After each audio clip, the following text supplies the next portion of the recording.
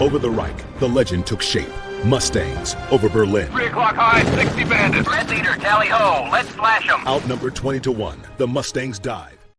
June 2nd, 1944. 25,000 feet above the rolling hills of France. The air was thin and bitterly cold as Lieutenant Urban Ben Drew scanned the horizon from the cockpit of his P-51 Mustang. The war-torn landscape stretched beneath him, a patchwork of fields and forests scarred by 4 years of occupation and conflict. Beside him, 2 other Mustangs maintained formation, their pilots equally vigilant. Their mission was routine: escort bombers, protect them from enemy interceptors, return home. But what happened in the next 30 minutes would become one of the most extraordinary and misunderstood aerial engagements of the Second World War. Drew checked his oxygen mask and glanced at his wingmen. Captain Don Emerson and Lieutenant Robert Fenstermacher were experienced pilots, but even they couldn't have anticipated what lay ahead. As they cruised through the stratosphere, Drew spotted them first, a swarm of dots on the horizon, growing larger with each passing second. German fighters, dozens of them, heading straight for the American bomber formation. In that moment, the 3 Mustang pilots faced an impossible choice: retreat and leave the bombers vulnerable, or engage an enemy that outnumbered them 20-1.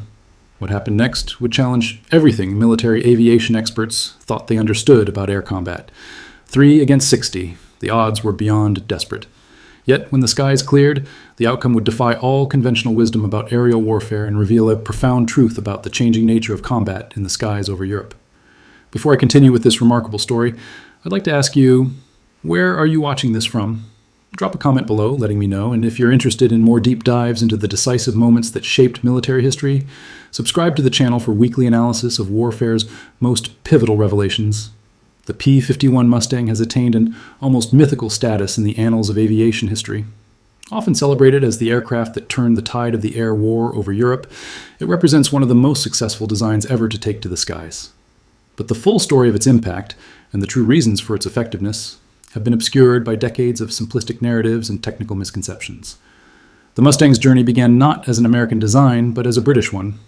In early 1940, the Royal Air Force approached North American aviation with a request to build Curtiss P-40 fighters under license. Instead, North American's President James "Dutch" Kindleberger proposed something bold: a completely new fighter, designed from scratch, that would be superior to anything currently flying. The British agreed, and North American promised to deliver a prototype in just 120 days, a timeline that seemed impossible for an entirely new aircraft. Remarkably, they succeeded. The prototype NA-73X flew for the first time on October 26, 1940, just 149 days after the contract was signed. The airframe was revolutionary, sleek, low drag, and aerodynamically advanced. It incorporated the latest in aviation technology, including a laminar flow wing that reduced drag significantly compared to conventional designs. The British were impressed and ordered 620 aircraft. But the early Mustang had a critical flaw. Powered by the Allison V1710 engine, it performed brilliantly at low altitudes but struggled above 15,000 feet, precisely the altitude where strategic bombing operations were conducted. This limitation initially relegated the Mustang to tactical reconnaissance and ground attack roles, where it served capably but without distinction. The transformation came in 1942 when British test pilot Ronnie Harker suggested installing the powerful Rolls-Royce Merlin engine in the Mustang airframe. This marriage of British power and American design created something extraordinary. The Merlin-powered Mustang could not only match the speed of the best German fighters, but could do so at all altitudes. More crucially, it could escort bombers all the way to Berlin and back, a range that seemed impossible for a single-engine fighter. By early 1944, P-51 Mustangs were arriving in the European theater in significant numbers. Their impact was immediate and dramatic. German pilots, accustomed to facing shorter-ranged Allied fighters, suddenly found themselves under attack hundreds of miles inside Reich territory. Luftwaffe ace Johannes Steinhoff later wrote, "When we saw Mustangs over Berlin, we knew the war was lost." The myth of the Mustang took root quickly. It was portrayed as a superweapon, a technical marvel that single-handedly broke the Luftwaffe. American propaganda emphasized its speed, range, and firepower.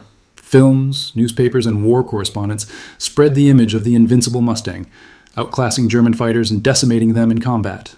By mid-1944, the Mustang had been elevated to an almost mystical status in the public imagination, an unstoppable force that guaranteed American air superiority.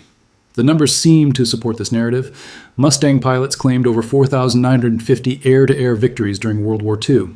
16 Mustang pilots became aces in a day, shooting down 5 or more enemy aircraft in a single mission. Even the German High Command acknowledged its impact. Reich Marshal Hermann Goering reportedly told his staff, "When I saw Mustangs over Berlin, I knew the war was lost." But myths, even those built around genuine accomplishments, often obscure deeper truths. The reality of air combat is complex, influenced by factors far beyond the technical specifications of individual aircraft. And as Lieutenant Urban Drew and his two wingmen would demonstrate on that June day in 1944, the most important advantages in aerial warfare aren't always the ones that appear in technical manuals. June 2nd began as a typical mission for Drew and his fellow pilots of the 361st Fighter. Group 8th Air Force. Their assignment was to provide escort for B-17 Flying Fortress's bombing targets in northern France as part of the pre-invasion operations leading up to D-Day. 4 days later, Allied forces would storm the beaches of Normandy, but at that moment, the massive amphibious assault remained one of the war's most closely guarded secrets. The three Mustangs had become separated from their squadron during a particularly dense patch of cloud cover. Following protocol, they maintained their assigned sector, continuing to provide coverage for the bomber stream, even while detached from the main fighter group. At approximately 14:20 hours, Drew spotted the German fighters, a massive formation of Focke-Wulf 1-90s and Messerschmitt 109s, approaching from the east at roughly the same altitude. Later intelligence assessments would place their number at around 60 aircraft, an overwhelming force compared to the three lone Mustangs. "I counted at least 50 bandits," Drew would later report. "They were coming in fast, clearly headed for our bombers." The standard doctrine for such a situation was clear. When dramatically outnumbered, fighter pilots should avoid engagement and call for reinforcements. But the bombers were vulnerable, and reinforcements were too distant to arrive in time. Drew made a decision that, by conventional military wisdom, appeared suicidal. He ordered an attack. "We're going in," he radioed to Emerson and Fenstermacher. "Line abreast, full throttle." What happened next defied all expectations. Instead of being quickly overwhelmed, the three Mustangs tore through the German formation with devastating effect. Drew later described the engagement. "We hit them head-on. I got one FW 190 with my first burst, then rolled over and caught another trying to dive away." The battle lasted less than 10 minutes. When it ended, 7 German fighters had been confirmed destroyed, 4 by Drew himself, 2 by Emerson, and 1 by Fenstermacher. The remaining Luftwaffe aircraft had scattered, their attack on the bombers completely disrupted. Most remarkably, all 3 American pilots returned safely to base, their aircraft showing only minimal damage from the encounter. The outcome seemed to defy the basic mathematics of aerial combat. 3 versus 60 should have ended with 3 American pilots dead or captured. Instead, it resulted in a decisive American victory. How could this be possible? The official after-action report credited the superior performance of the P-51 Mustang and the exceptional skill of the American pilots. These factors certainly played a role, but they fail to explain how such a dramatic numerical disadvantage was overcome. The true explanation lay deeper, in a fundamental shift in the nature of aerial warfare that many, including the Luftwaffe leadership, had failed to fully comprehend. The answer to this apparent paradox begins with understanding the true advantages of the P-51 Mustang, advantages that went far beyond speed, armament, or even range.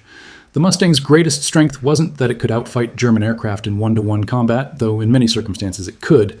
Its true superiority lay in how it changed the fundamental dynamics of air warfare. To appreciate this shift, we must examine the aircraft's design philosophy.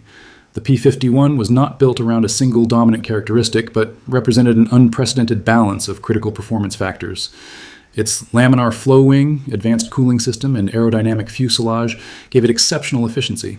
This efficiency translated not just into range, but into energy retention, the ability to maintain speed through maneuvers. In aerial combat, energy is life. An aircraft with superior energy retention can sustain high-energy maneuvers longer, forcing opponents to either withdraw or accept increasingly disadvantageous positions. The Mustang's energy retention was exceptional, particularly at high altitudes where the air was thinner and most fighters struggled to maintain performance. But the technical aspects tell only part of the story. By mid-1944, the Luftwaffe was facing systemic challenges that no amount of tactical brilliance could overcome. Fuel shortages, limited training time for new pilots to as little as 50 flight hours, compared to over 400 hours for their American counterparts. Veteran German pilots were being lost at an unsustainable rate, taking with them irreplaceable experience and leadership. The Mustang's arrival exacerbated these problems. Its range meant German fighters had to engage in constant combat operations, wearing down both machines and men. There was no sanctuary, no respite from the pressure of Allied air power. Even routine flights became potential combat situations, further straining the Luftwaffe's dwindling resources. What Drew and his wingmen understood, And what gave them the confidence to attack such overwhelming numbers was that the numerical superiority of the German formation masked profound weaknesses. Many of those 60 pilots were inexperienced, flying with inadequate fuel reserves, under fragmented command structures, and with limited tactical flexibility. The 3 Americans, by contrast, were operating at the peak of a system optimized for their success. They had superior situational awareness, thanks to better radio discipline and procedures. They had been trained extensively in coordinated tactics, specifically designed for outnumbered situations, and they were flying aircraft maintained to the highest standards, with full fuel tanks and optimal ammunition loads. This disparity created what military theorists would later call an effectiveness multiplier. Each Mustang pilot could effectively neutralize multiple opponents, not by engaging them simultaneously, which would be physically impossible, but by disrupting their coordination and forcing them into disadvantageous reactions. The specific tactics used by Drew's small formation were built around these principles. They attacked head-on, a high-risk approach that compressed the engagement timeline and created maximum confusion in the German formation. By striking aggressively from an unexpected direction, they seized the initiative and never relinquished it. "We went straight at them, guns blazing," Drew recalled. "They weren't expecting that. They broke formation almost immediately." This disruption of the German pilots' coordination was critical. In the chaos that followed, the disciplined American trio could isolate individual opponents, engage them briefly with overwhelming firepower, then disengage before others could effectively respond. It was not a dogfight in the traditional sense, but a series of high-speed, slashing attacks that never allowed the numerical advantage to become tactically relevant. The mathematical reality of this approach becomes clear when we analyze the engagement through the lens of what combat theorists call effective combat power. While the Luftwaffe had 20 times more aircraft, their effective combat power, the ability to bring coordinated force to bear on targets, was drastically reduced by poor training, tactical rigidity, and the disruption caused by the American attack. Aviation historian William Green would later calculate that in such conditions, a well-trained fighter pilot in an advanced aircraft like the Mustang could effectively neutralize up to 8 or 10 less prepared opponents. The ratio in Drew's engagement, 3 versus 60, falls within these theoretical parameters when all factors are considered. But there was another dimension to the encounter that transcended pure tactical analysis. It revealed a profound psychological aspect of air combat that would become increasingly important as the war progressed. The Mustang pilots operated with absolute confidence in their aircraft, their training, and their tactics. This confidence allowed them to make decisions that appeared reckless, but were actually calculated risks based on a sophisticated understanding of the combat environment. The German pilots, conversely, were operating under the cumulative psychological burden of a defensive war. By mid-1944, many Luftwaffe pilots knew they were fighting a losing battle. Fuel was scarce, replacement parts were increasingly unavailable, and the once vaunted German Air Force was being stretched beyond its breaking point. This knowledge affected decision-making in subtle but critical ways, leading to more conservative tactics and a diminished willingness to sustain engagements when conditions became unfavorable. When Drew and his wingmen attacked, they created what psychologists now call a catastrophic cascade effect in the German formation. The initial losses and disruption triggered increasing levels of confusion and hesitation, which in turn made subsequent attacks more effective. This cascade quickly transformed a 60-plane formation from an overwhelming force into a disorganized collection of individual aircraft, each trying to survive rather than fight cohesively. The engagement also demonstrated another crucial reality of aerial warfare that contradicted conventional wisdom: the vulnerability of large formations to small, determined attacks. Military doctrine had long held that massed formations provided mutual protection through concentrated firepower. But Drew's attack revealed that beyond a certain size, formations could become unwieldy, with diminishing returns in combat effectiveness and increasing vulnerability to disruption. This insight wasn't entirely new. The famed Japanese naval aviator, Admiral Minoru Genda, had observed similar dynamics in the early Pacific campaigns, noting that 10 excellent pilots are worth more than 100 mediocre ones. What Drew's engagement demonstrated was that this principle held true even at more extreme ratios than previously believed possible. The revelations from this single engagement would eventually contribute to fundamental shifts in fighter tactics and training. The U.S. Army Air Forces began placing even greater emphasis on small unit cohesion, aggressive tactics, and initiative at the lowest levels. Fighter pilots were increasingly trained to act decisively even when dramatically outnumbered, recognizing that numerical disadvantage could be offset by superior training, tactics, and aircraft capabilities. For the Luftwaffe, the engagement represented a stark confirmation of systemic failures that could no longer be ignored. German fighters were not being defeated primarily because they were technically inferior, though by 1944 many were, But because the entire system that supported them was collapsing, pilot training, fuel supplies, maintenance, command and control, all had been degraded to the point where even substantial numerical advantages could not compensate. As the three Mustangs returned to their base in England that afternoon, none of the pilots could have fully appreciated the significance of what they had just demonstrated. Their after-action reports focused on the tactical details. Ammunition expended, maneuvers executed, aircraft destroyed. But the deeper implications would gradually become clear as similar engagements occurred across the European theater.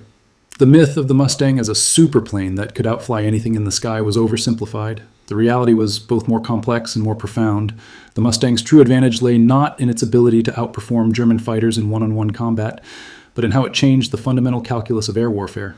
It was not merely a better fighter, it was the visible component of a superior combat system, one that integrated technology, tactics, logistics, and human factors in ways the Luftwaffe could no longer match.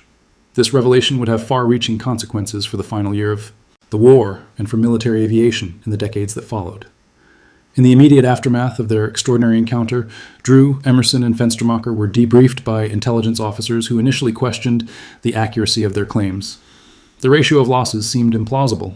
7 German fighters destroyed with no American casualties in a 3 versus 60 engagement. But gun camera footage and subsequent intelligence confirmation left no doubt. The 3 Mustang pilots had indeed achieved what appeared to be a mathematical impossibility. Word of the engagement spread quickly through the 8th Air Force. General Jimmy Doolittle, commander of the 8th, personally reviewed the reports. Already a proponent of aggressive fighter tactics, Doolittle saw in this engagement confirmation of his belief that American fighters should actively seek combat rather than merely escort bombers passively. He ordered a formal analysis of the encounter, seeking to understand exactly how such a lopsided victory had been achieved. The resulting study, completed in July 1944, identified several key factors beyond the technical capabilities of the Mustang itself. It highlighted the importance of tactical surprise, the disruption of enemy formations, and the psychological impact of aggressive attacks against numerically superior forces. Most significantly, it recognized the multiplier effect of superior training and tactical coordination. The report concluded, the relative combat effectiveness of fighter units cannot be measured simply by counting aircraft. Qualitative factors, particularly training and tactics, can provide force multipliers that overcome substantial numerical disadvantages. This analysis led to concrete changes in fighter operations over Europe. Escort groups were increasingly authorized to pursue more aggressive sweep and clear tactics, rather than remaining tightly bound to bomber formations. Fighter pilots were encouraged to take calculated risks when conditions favored disruption of enemy formations, even when outnumbered. The engagement also accelerated shifts in training priorities. New pilot training programs placed increased emphasis on small unit tactics, decision-making under pressure, and maintaining tactical cohesion in chaotic combat environments. Veteran pilots like Drew were temporarily rotated back to training commands to share their experiences and insights. For the Luftwaffe, the implications were equally significant but far more troubling.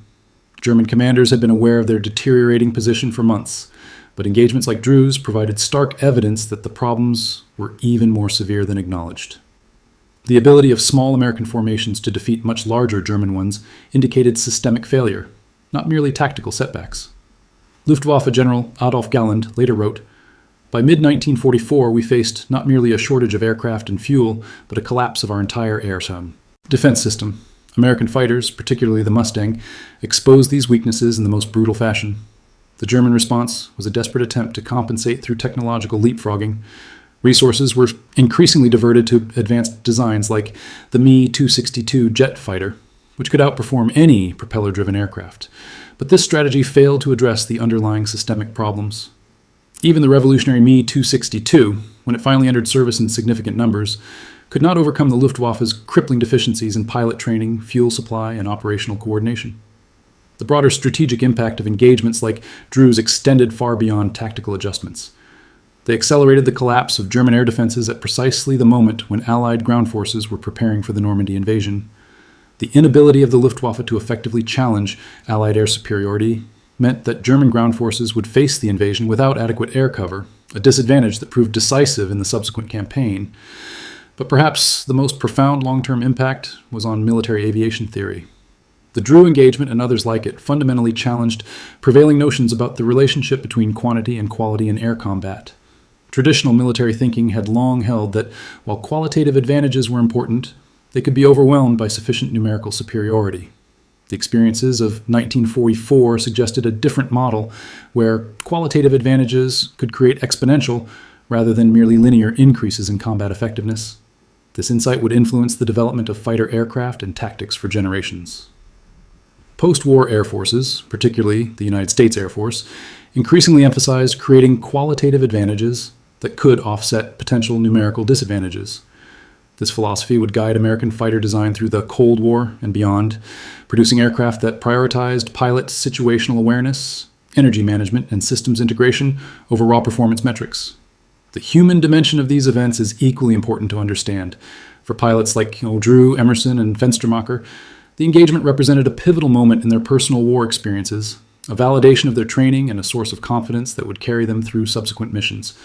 Drew, who would finish the war with 6 confirmed aerial victories, later reflected, "That day showed us what was possible. We knew the odds were against us, but we also knew our advantages. After that, I never felt outmatched, regardless of the numbers we faced." For German pilots, the psychological impact was the inverse, a confirmation of their increasingly precarious position. Luftwaffe records from the summer of 1944 show a marked increase in combat fatigue, mission aborts, and even instances of pilots actively avoiding engagement with American fighters. The knowledge that even superior numbers could not ensure victory created a pervasive sense of vulnerability that eroded morale and fighting effectiveness. Luftwaffe pilot Hans Busch, who survived the war, later wrote, "By the summer of 1944, many of us had lost faith in our leadership and our tactics. When Mustangs appeared, even if we had numerical advantage, there was hesitation. We knew they had fuel to fight while we did not. We knew they had been trained properly while many of our newer pilots had not." This psychological dimension, the confidence of the Americans versus the growing fatalism of the Germans, became a force multiplier in itself. Combat effectiveness is never solely a function of technology or even tactics. It is profoundly influenced by the mental state of the combatants. As the renowned military theorist Karl von Clausewitz observed a century earlier, in war, the moral is to the physical as 3 is to 1. The Drew engagement occurred just days before the Normandy landings, and its implications would play out during the critical air battles supporting the invasion. When Allied forces stormed the beaches on June 6, 1944, they did so under an umbrella of air superiority that the Luftwaffe could no longer effectively challenge. German fighters that did attempt to intervene were quickly intercepted and dispersed by Mustangs and other Allied fighters employing the aggressive tactics that Drew's engagement had validated. In the weeks that followed, as Allied ground forces pushed inland, the Luftwaffe's ability to influence the battle continued to deteriorate. The technical advantages of the Mustang, particularly its range, meant that German air units were constantly under pressure, forced to relocate to ever more distant airfields, further straining an already overtaxed logistics system. By September 1944, 3 months after Drew's engagement, the Luftwaffe had essentially ceded air superiority over Western Europe. German fighters still rose to challenge Allied air operations, but increasingly these were isolated, uncoordinated efforts rather than sustained resistance. The Mustang, once just one fighter among many in the Allied arsenal, had become the visible symbol of this transformation. The final phase of the air war in Europe, from autumn 1944 to May 1945, saw the full realization of the principles demonstrated in Drew's engagement. American fighter groups operated with increasing boldness, actively seeking combat even when outnumbered, confident in the combination of superior aircraft, training, and tactics that had proven so decisive. For the Luftwaffe, this period was one of accelerating collapse. Fuel shortages became so severe that training almost ceased entirely. New pilots were sent into combat with as little as 30 hours of flight time. Veteran pilots, exhausted by years of constant combat, were kept in frontline units until they were killed or wounded with no rotation system to preserve their expertise. By early 1945, the disparity in effectiveness had become so extreme that American fighters routinely attacked German airfields directly, destroying aircraft on the ground and further demoralizing the remaining Luftwaffe personnel. The Germans still possessed impressive technology. The Me-262 jet fighter could outrun any Allied propeller aircraft, but technology alone could not compensate for the systemic collapse of their air defense system. When the war in Europe ended in May 1945, the P-51 Mustang had established itself as one of the definitive aircraft of the conflict. Its contribution to Allied victory was unquestionable, but the true nature of that contribution was more complex and more profound than simple technical superiority. What the Mustang represented, and what Drew's engagement so vividly demonstrated, was a revolution in the integration of technology, tactics, training, and human factors. The The Mustang was not merely an aircraft. It was the visible component of a combat system that had achieved a level of effectiveness previously thought impossible. This lesson would echo through the decades that followed, influencing generations of military aviation development. From the F-86 Sabre of the Korean War to the F-15 Eagle and F-22 Raptor of more recent conflicts, American fighter design has consistently emphasized the integration of multiple performance factors rather than optimization for a single characteristic. Perhaps more importantly, the training of fighter pilots has continued to emphasize the principles that Drew and his wingmen demonstrated: aggressive initiative, tactical flexibility, and the ability to operate effectively even when outnumbered. The United States Air Force's renowned Red Flag exercises, established in the 1970s, are, in many ways, the institutionalization of lessons first learned in engagements like Drew's. The Mustang itself would continue to serve long after World War II ended. It remained in the inventory of the newly independent United States Air Force until the early 1950s and served with distinction in the Korean War. More than a dozen other nations operated Mustangs, some continuing to fly them into the 1980s, a testament to the fundamental soundness of the design. Today, more than 75 years after Drew's remarkable engagement, surviving Mustangs are among the most prized warbirds in existence. They appear at air shows around the world, their distinctive silhouette, an unmistakable Merlin engine note, evoking the era when they ruled the skies over Europe. But the true legacy of the Mustang, and of pilots like Urban Drew, Donald Emerson, and Robert Fenstermacher, lies not in museum displays or airshow performances, but in the enduring principles they helped establish. That in aerial combat, the integration of human and technical factors can create combat effectiveness far greater than the sum of individual components.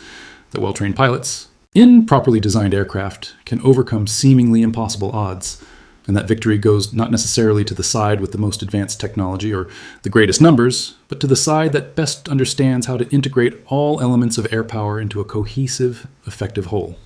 The encounter of June 2nd, 1944, when 3 P-51 Mustangs took on 60 German fighters and won, stands as one of the most remarkable demonstrations of these principles in the history of aerial warfare. It revealed truths about combat effectiveness that continue to influence military aviation to this day, truths that go far beyond the specifications and performance figures of any single aircraft, no matter how capable.